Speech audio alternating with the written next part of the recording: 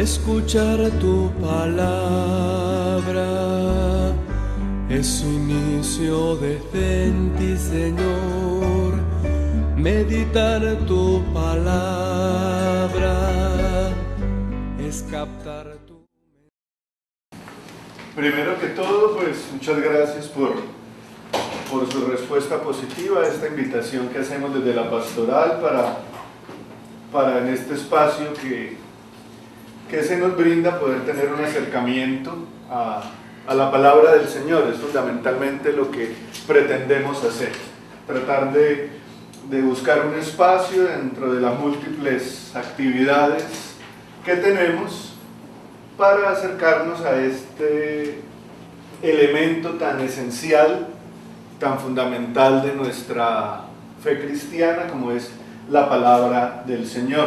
Ya hemos tenido en los semestres anteriores un acercamiento al libro del Apocalipsis. Recordarán los que estuvieron en aquellas sesiones que trabajamos en algún semestre los elementos fundamentales de este libro, su teología, su significado, su actualidad para el mundo de hoy. También trabajamos en otro momento las cartas de San Pablo. En algún semestre también trabajamos este aspecto de la Sagrada Escritura y en ellas tratamos de privilegiar algunos elementos fundamentales, como era extraer lo que allí se nos decía acerca de la fe, acerca de la gracia, acerca de la oración y muchos otros elementos que son centrales en la teología que podemos extractar de las cartas de San Pablo. El semestre pasado estuvimos mirando algunos aspectos acerca de cómo orar con la palabra de Dios, acerca de lo que llamaríamos la lectio divina. Dijimos que la lectio divina era la lectura orante de la palabra del Señor.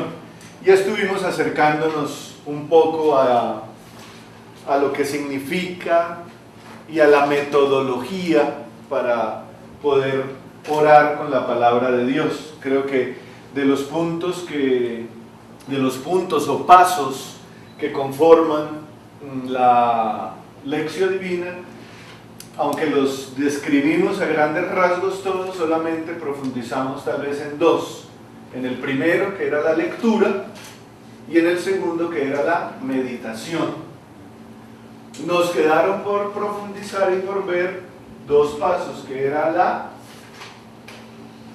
oración y la contemplación, y dentro de ellos al mismo tiempo la aplicación de esa palabra.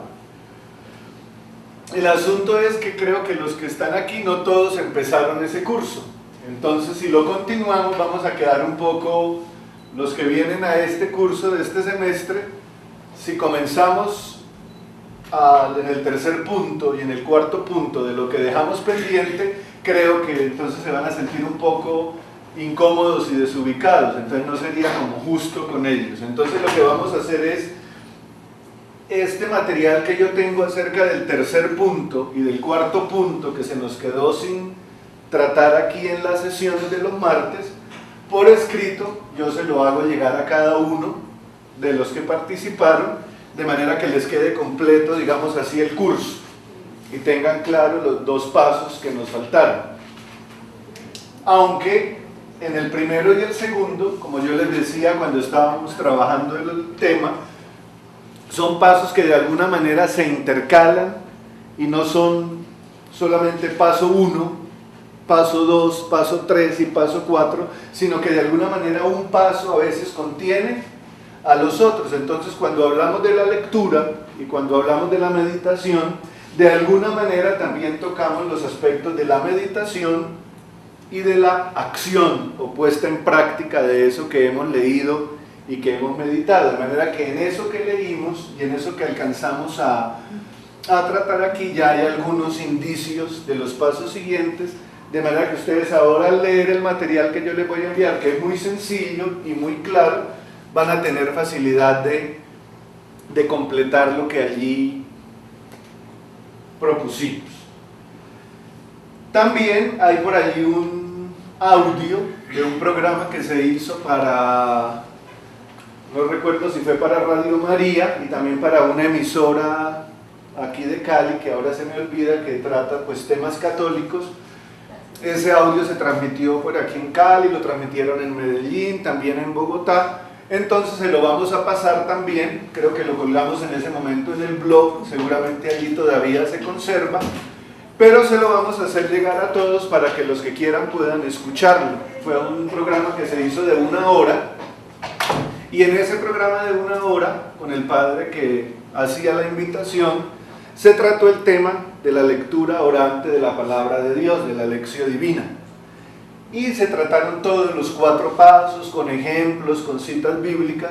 Entonces también les enviaremos ese audio de manera que lo puedan escuchar y también con eso complementen aquella parte del curso que de pronto no pudimos terminar aquí por cuestiones de tiempo.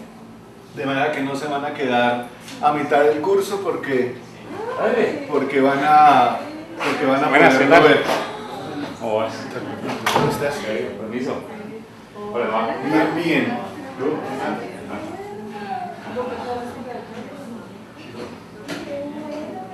Este semestre, en estas charlas que vamos a tener en septiembre y octubre, creo que hemos cuadrado que tendremos unas 8 o 9 más o menos, de acuerdo a los horarios, porque la idea es terminar en octubre antes de que comiencen los exámenes, que de pronto es un momento para todos bastante complicado.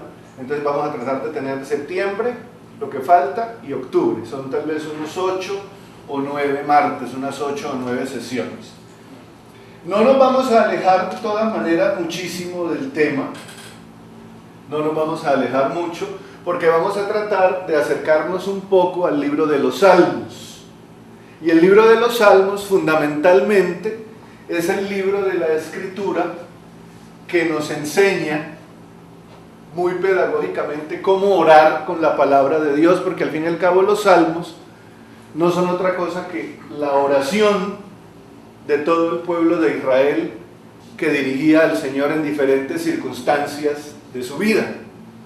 De manera que no vamos a estar lejos de la lección divina, ni vamos a estar lejos de la lectura orante de la palabra de Dios. Esto que vamos a tratar nos acercará muchísimo y nos enseñará muchísimo de cómo, entre comillas, usar, la palabra no es muy bonita, pero usar la palabra de Dios para convertirla en oración, ¿no? La palabra de Dios no es algo que solamente nos enseña algo o nos comunica un mensaje del Señor o nos da una serie de elementos y de criterios para conducir nuestra vida, que nos llena de luz en nuestro corazón, que nos consuela, que nos fortalece, que nos anima, sino que también la podemos transformar en oración. ¿Cómo comunicarnos con el Señor? Fundamentalmente esa es la oración, ¿no? Es un diálogo que se establece entre el Señor y nosotros. Primero Él es el que toma la iniciativa de hablarnos, de comunicarse con nosotros, de que sepamos de Él, de que tengamos noticias suyas, digámoslo así. Pero también Él así como Él nos habla, también está dispuesto a escucharnos, naturalmente, que es lo que a veces nosotros no hacemos. Nosotros decimos que vamos a orar y empezamos con unas retahílas y unas cosas y unas palabroterías y no dejamos que el Señor nos hable. Mientras que el Señor sí, Él nos habla primero y nos da la posibilidad de que nosotros también le respondamos. Es un diálogo, es algo que va y viene, de Él hacia nosotros y de nosotros hacia Él. Y es un diálogo que fundamentalmente se establece desde la fe. Si no es desde la fe, lógicamente no tiene sentido, porque nosotros no vemos al Señor. No lo vemos físicamente como nos vemos aquí los unos a los otros. Ni nadie nos ha presentado nunca una prueba, digámoslo así, científica de que existe. Nadie nos ha dicho, mira, aquí está una foto de Jesucristo, o una foto del Padre, o una foto del Espíritu Santo. No, nadie la tiene, y el que la tenga, pues hay que meterlo a la cárcel por estafador y por mentiroso y llevarlo al manicomio.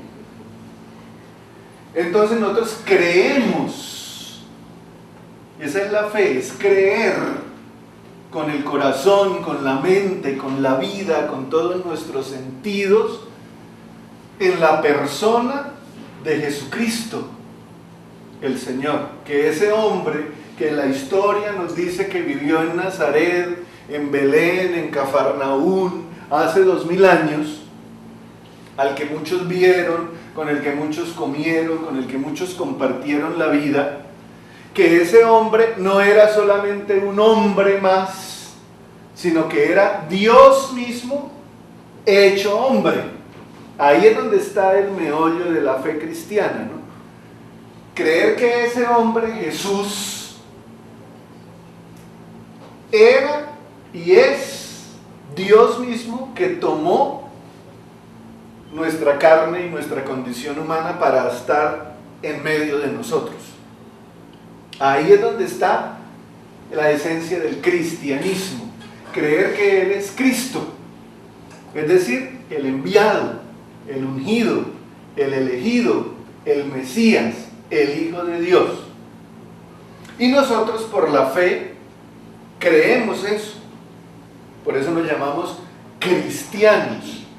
Es decir, le pertenecemos a Cristo, creemos en Cristo, seguimos el mensaje de Cristo, seguimos a la persona de Cristo, como le decimos nuestro Maestro, nuestro Señor, nuestro Dios. Son como las categorías con las que nosotros reconocemos a Jesús, nuestro Maestro, nuestro Señor, nuestro Dios.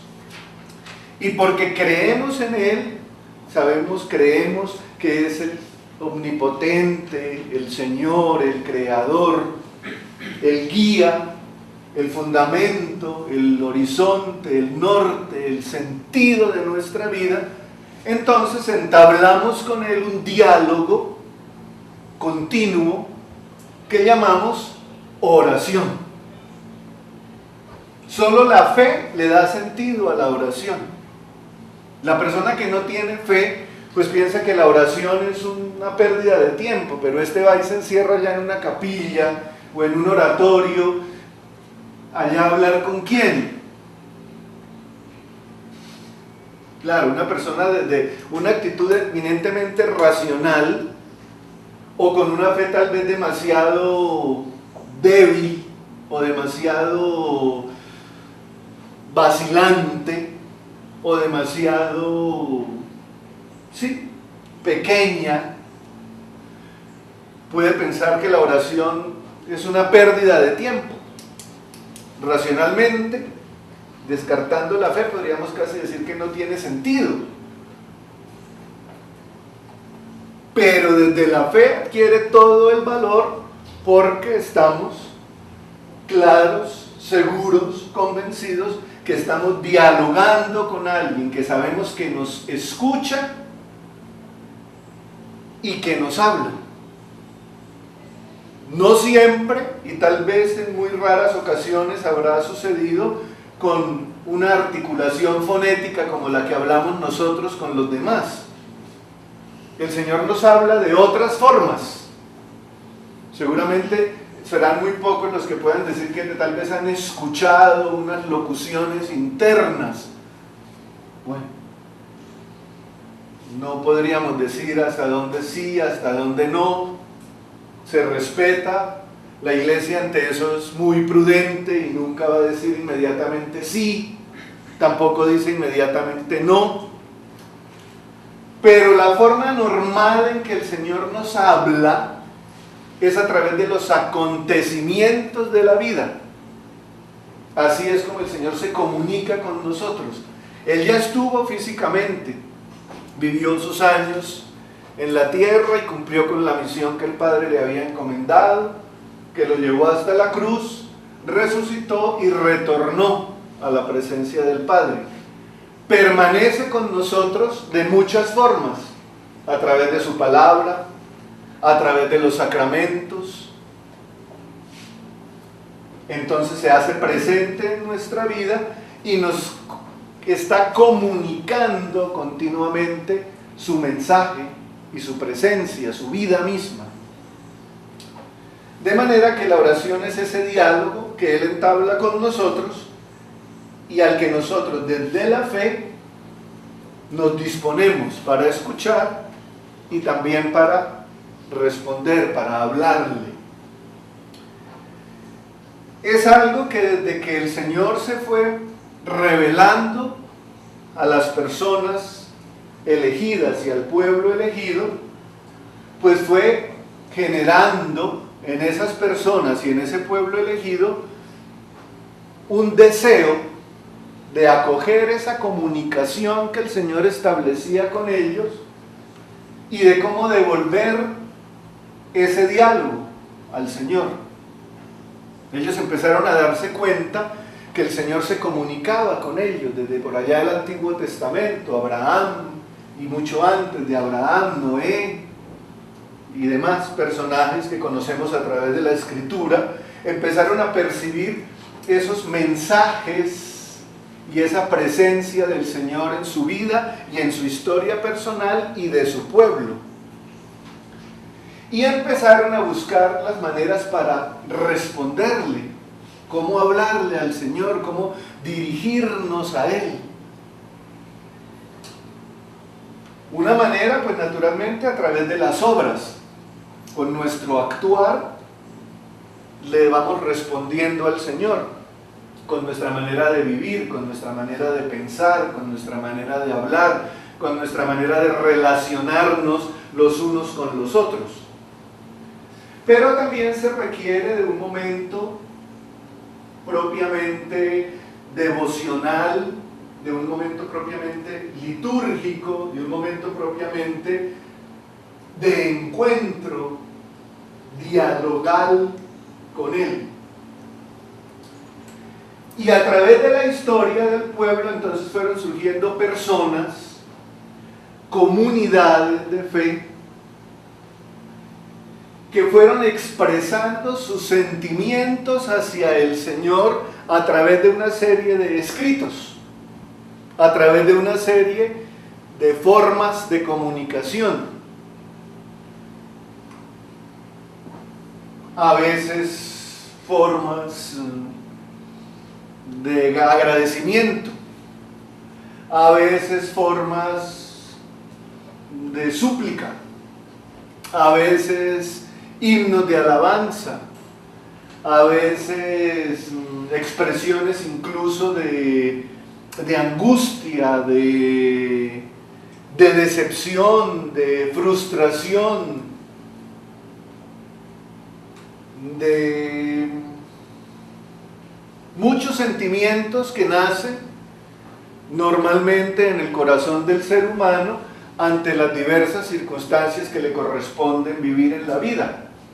Si ustedes se ponen a mirar la historia de cada uno de ustedes, personal, familiar, laboral, etcétera, pues van a descubrir que a medida que ha transcurrido el tiempo y la vida y los acontecimientos, surgen en el corazón humano muchos sentimientos. Hay momentos de gran alegría, hay momentos de tristeza, de decepción, de depresión, de frustración, de miedo, de angustia, de rabia, de acción de gracia, de alabanza, de canto, de fiesta, de júbilo.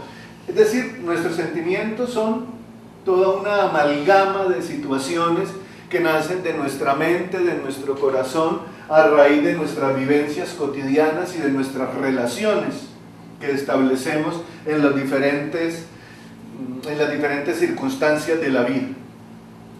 De manera que así le sucedió desde siempre también al pueblo de Israel, que era el pueblo escogido por el Señor, a quien Él quiso primeramente comunicarle su presencia y su mensaje, para que después éste fuera anunciado a todas las demás naciones y a todos los demás pueblos. De manera que en ese devenir continuo aparecen toda esta serie de manifestaciones hacia el Señor, palabras, himnos, escritos, estrofas. No fue una cosa que alguien, como lo dijimos cuando hicimos alguna introducción general a la Biblia, no es que alguien se sentó un día y dijo, voy a escribir los 150 salmos, y empezó con un lápiz escriba hasta que llenó hojas y rollos de papel y completó la historia, no. Los salmos se escribieron en un periodo muy largo, más o menos desde el siglo X hasta el siglo II antes de Cristo, más o menos durante 8 siglos. Este libro de los salmos, estos 150 poemas, se escribieron en un periodo de más o menos 800 años. Entonces verán que es un periodo muy largo de la historia de Israel en el cual se escribieron los salmos, 800 años. De manera que también podremos intuir al decir que un libro fue escrito durante 800 años, ha tenido muchísimos autores, ¿no? Porque nadie ha podido vivir 800 años para escribir un libro.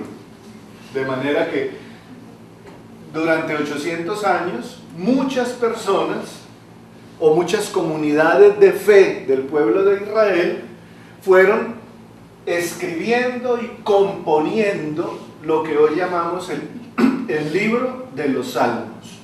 También escucharán en algunas ocasiones que dicen el Salterio, es otra manera de llamar al libro de los Salmos, el Salterio, que significa una colección de himnos y poemas, significaría la palabra Salterio, ¿no? Una colección de himnos y poemas, esos son los salmos, himnos y poemas dirigidos al Señor para hablar con Él, para expresarle nuestros sentimientos. En hebreo, la palabra original naturalmente es hebrea porque fue en el pueblo judío, en el pueblo de Israel donde nació ese libro. La palabra hebrea correspondiente a salmos es Tehilim, T-E-H-I-L-I-M,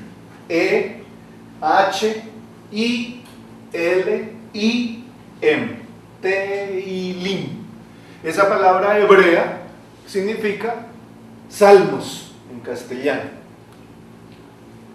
Y la traducción más cercana, si tratamos de buscar una traducción de qué significa salmos, sería alabanzas.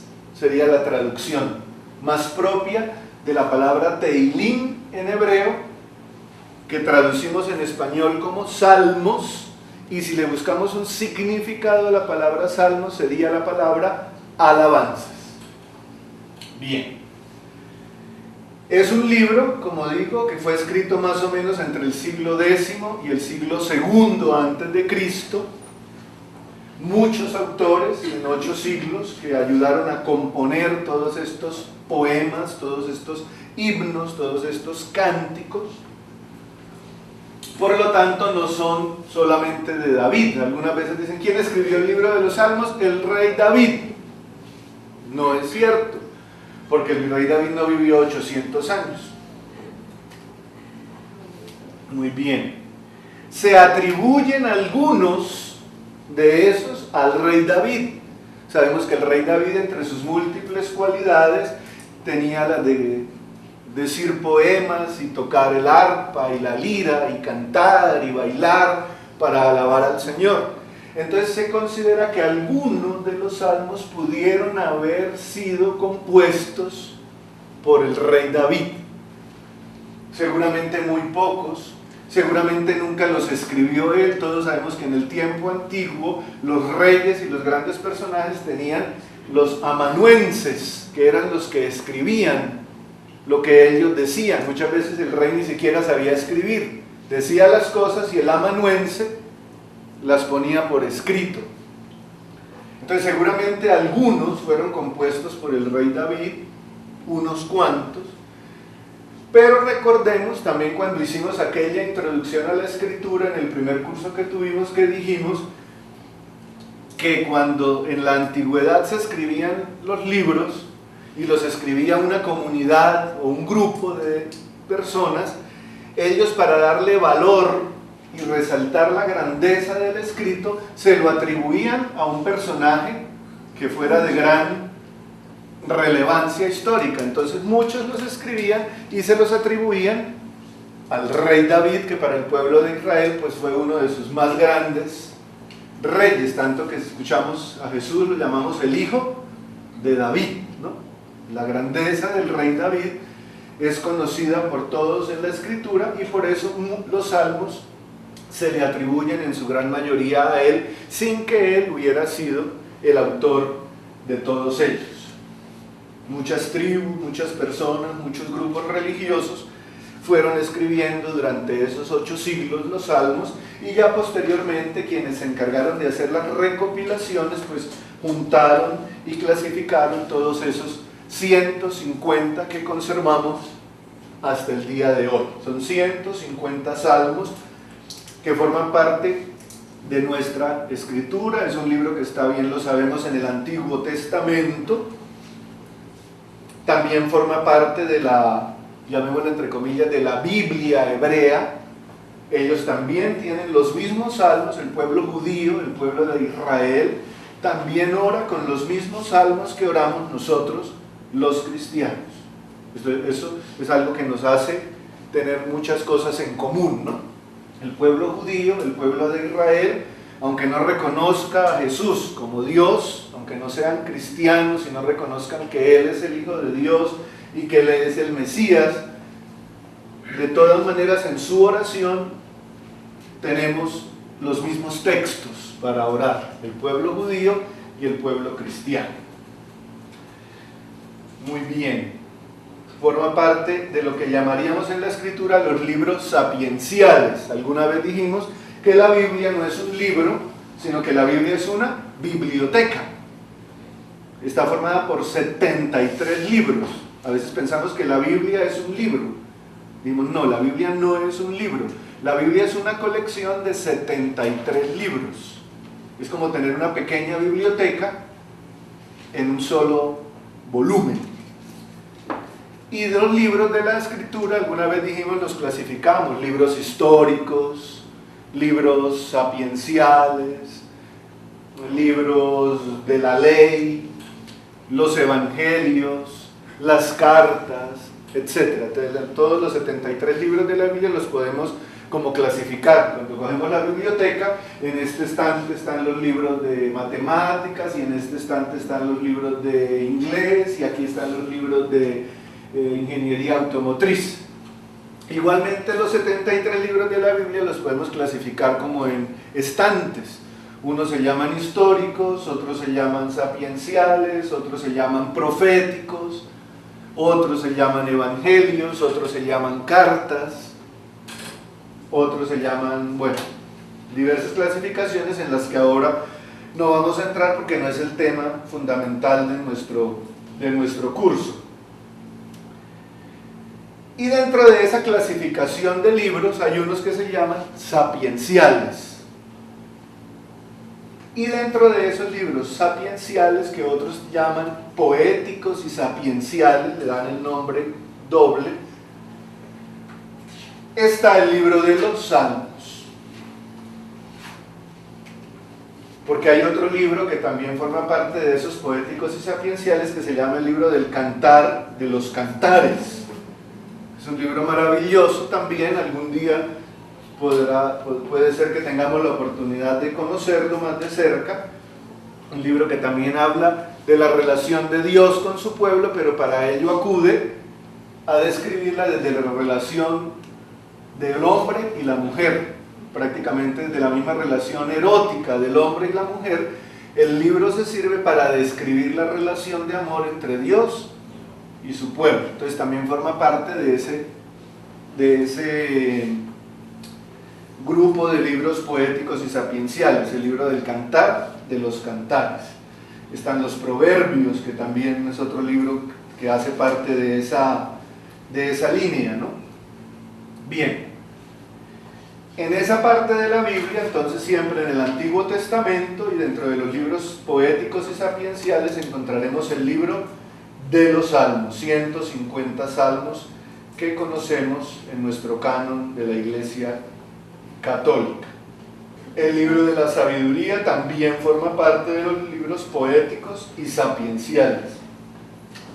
Sabiduría, Salmos, Cantar de los Cantares, Proverbios, son todos libros que van en esa línea de presentar el mensaje de una manera particular, a través de poesías, a través de himnos, a través de cánticos, para hacernos también entender lo que el Señor quiere comunicarnos.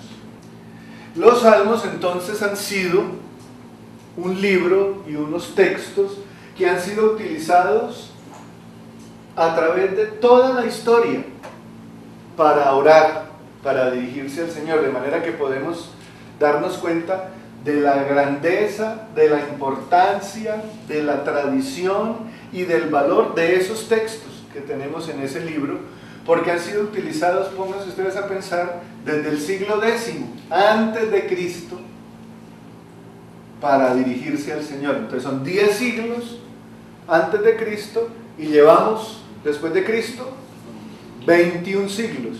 Estamos en el siglo XXI.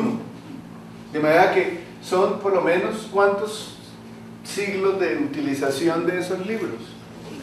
Más de 30 siglos de utilización de estos textos para dirigirse al Señor. Imagínense ustedes cuántas generaciones, cuántos miles de millones de personas a través de la historia y en diferentes lugares se han servido de estas palabras para comunicarse con el Señor. De manera que es un libro de una grandeza y de un valor y de una tradición impresionantes, porque son 30 siglos de uso de un texto para hablar con el Señor. Naturalmente entendemos que obviamente en su momento María, los apóstoles, Jesús mismo, todos los judíos conocían el libro de los Salmos, todos ellos eran judíos. María, José, los apóstoles, Jesús, todos iban al templo, todos iban a la sinagoga a orar, y con esto oraban, ¿no? Con los salmos. De manera que cuando estamos orando tenemos que también pensar, también María, también Jesús, también los apóstoles oraron con estos textos, ¿no? De manera que es una cuestión supremamente importante y valiosa para nosotros. Dentro de ese libro de los salmos, esos 150 salmos están como también subdivididos, digamos así, en 5 secciones. Hasta el número 41 es un grupo de salmos, hasta el 41. Luego van otros que van hasta el 72, del 42 al 72, otra sección.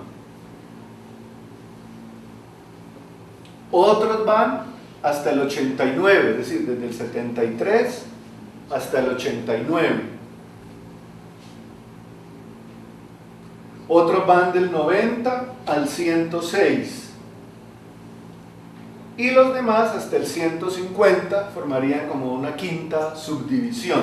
Ya miraremos, a medida que avancemos en el curso, esas subdivisiones se hicieron, puede ser por género, por estilo de salmos, como ya dijimos. Los salmos se refieren a diversos temas y tienen dentro de ellos diversos géneros literarios, ¿no? Muy diversos géneros literarios. Dentro de los salmos nosotros podemos encontrar algunos que son himnos. De pronto encontramos otros que son oraciones. De pronto encontramos otros que son cánticos. Otros que son lamentaciones. Otros que son súplicas. Otros que son casi, diríamos así, que reclamaciones que se hacen al Señor. Otros diríamos incluso que son a veces súplicas de venganza contra los enemigos. Todos estos sentimientos están expresados en los salmos. Por eso no tiene que darnos como miedo cualquier sentimiento nuestro que aflore en la oración.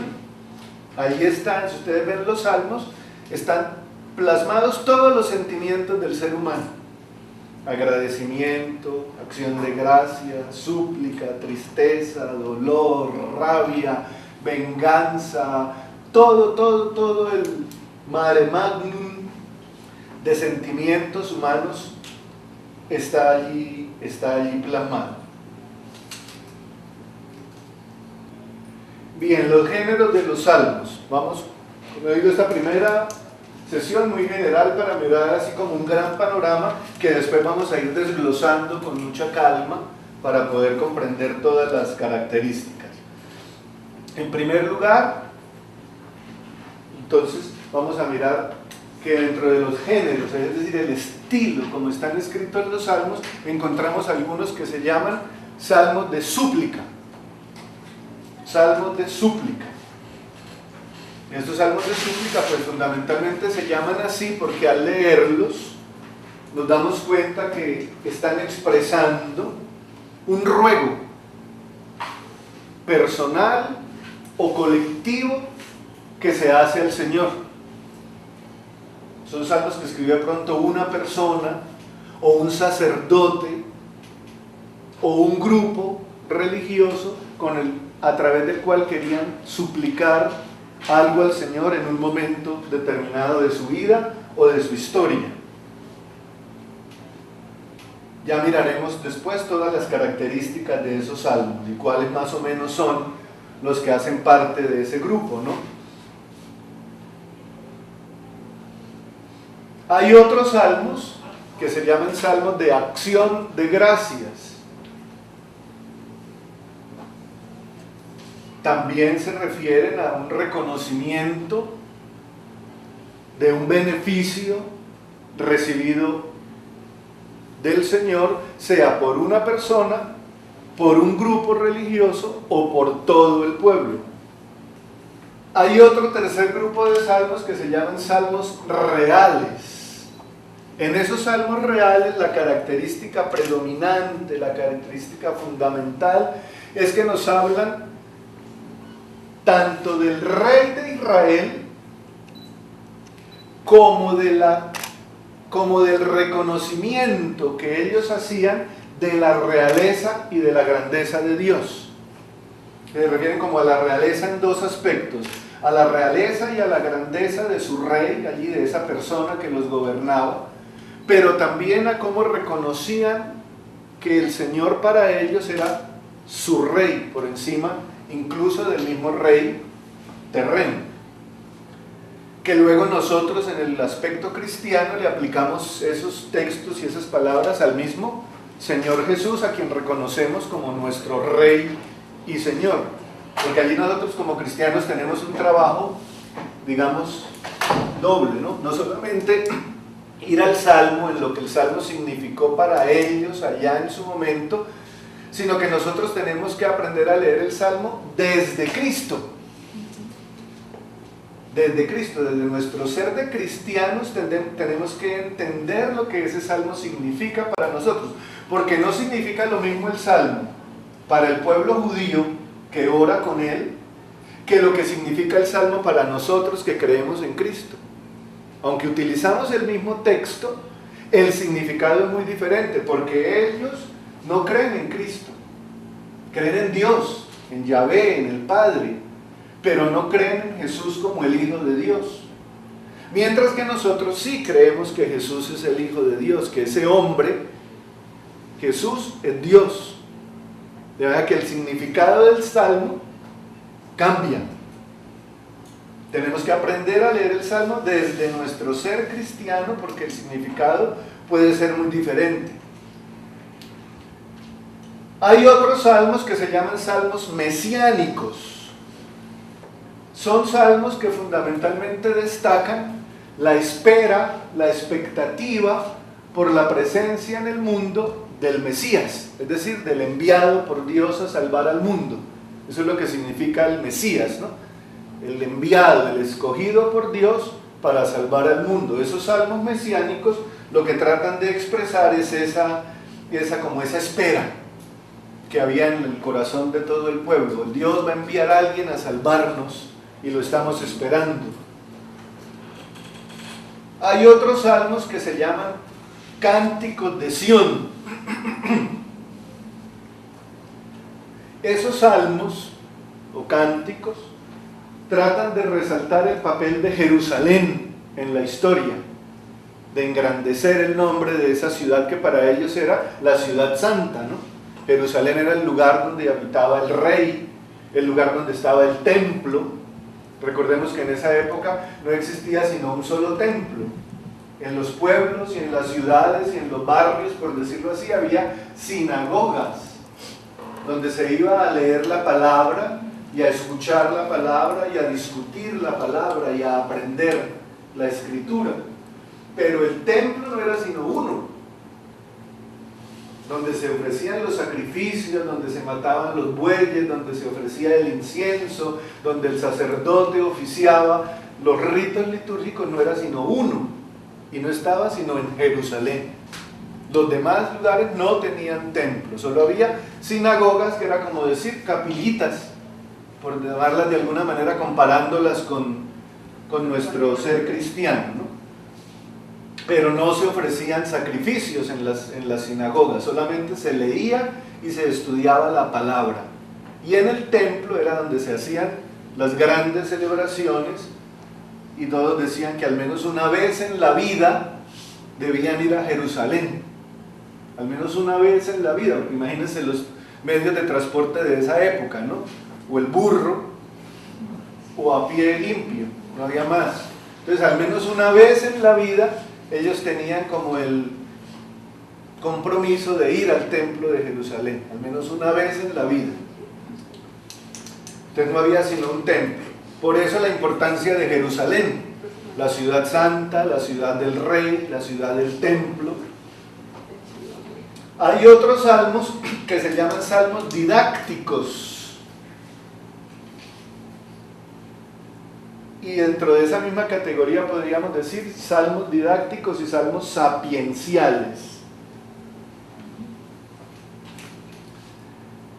Se trata de salmos que buscan comunicar una enseñanza de una manera didáctica, de una manera pedagógica.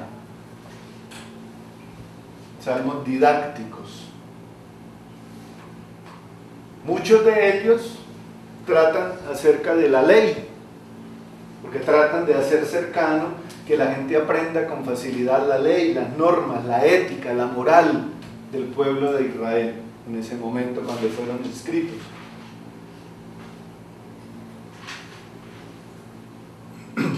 Hay algunos autores, como siempre también creo alguna vez lo dijimos, no todo en la Biblia todo el mundo está de acuerdo que es así. Hay algunos autores que dicen, bueno, esa clasificación está bien, pero también hay otro tipo de salmos. Entonces por allá algunos autores dicen, también hay unos salmos que se llaman de imprecación, otra categoría de salmos, de imprecación. Y otra categoría de salmos de profecía. Entonces la imprecación es como cuando se suplica al Señor que ven, Señor, en nuestra ayuda y castiga a nuestros enemigos que nos atacan y destrúyelos y acábalos. Hay salmos que tienen ese lenguaje. Esos se nos llaman salmos de imprecación. Que a nosotros hoy, pues como si el Señor viene a perdonar, a amar, que se amen, que se perdonen, que se acojan, y estos salmos, entonces allí tenemos que mirar qué quisieron significar en su momento y cómo desde el elemento cristiano tenemos que leerlos, entenderlos y comprenderlos, porque es una palabra de Dios que es válida siempre. Pero entonces, ¿cómo entender eso? Señor, coge a nuestros enemigos, destrózale sus cráneos contra la piedra y que la sangre se la coman los perros. Allá están esos salmos que dicen todo eso. Uno dice, a ver, pero ¿cómo lo rezamos nosotros los cristianos? ¿Cómo hacemos para entender qué nos quiere decir el Señor a través de eso? ¿O qué le queremos decir al Señor nosotros al utilizar esas palabras? Porque ahí está, el Señor toma las cabezas de nuestros enemigos contumaces, destrúyelas contra las piedras y que los perros las laman con sus lenguas. Entonces uno dice, a ver, ¿cómo hago para entender ese salmo desde mi ser de cristiano, donde el Señor me invita a perdonar, a reconciliarme, a perdonar al enemigo? ¿Cómo lo comprendo y cómo lo asumo y cómo lo vivo? ¿No? Bueno, ya poco a poco vamos entrando, porque hay muchos textos, ya se imaginan, en 150 poemas, cánticos, himnos, cuánta tela hay para cortar, ¿no? Padre,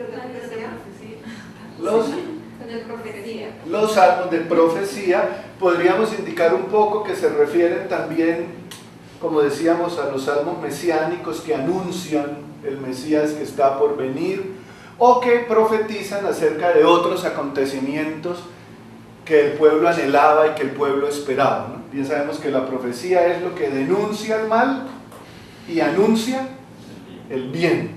Entonces un salmo profético es un salmo que fundamentalmente trata de develar lo negativo que hay en la historia del pueblo, pero a la vez sembrar una luz de esperanza de que esa situación debe ser transformada. Ese sería el salmo profético. Y hay otros que son salmos mixtos. Mixtos quiere decir que en el texto del salmo, a veces que es muy largo o también puede ser muy corto, se mezclan diversas situaciones. De pronto el salmo empieza como un salmo de súplica y termina como un salmo de acción de gracias. O empieza como un salmo de profecía y termina como un salmo mesiánico. Es decir, dentro del mismo salmo se pueden mezclar los géneros. No todos los salmos comienza y en sus 5 estrofas o en sus 10 estrofas solamente es salmo real, no. Puede tener elementos de profecía, puede tener elementos sapienciales, puede tener elementos didácticos, puede tener elementos de acción de gracias. De manera que esa es otra categoría, salmos mixtos.